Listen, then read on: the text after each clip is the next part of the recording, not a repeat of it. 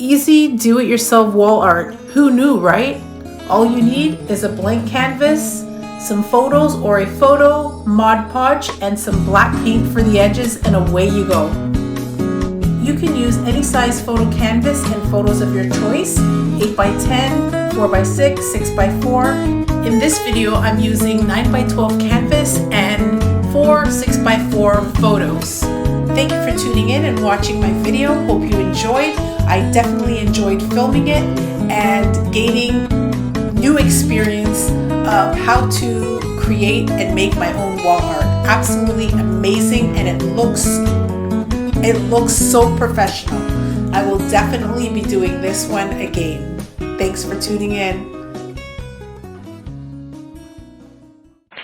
When the Mod Podge dries, this is how clean it looks. So professional.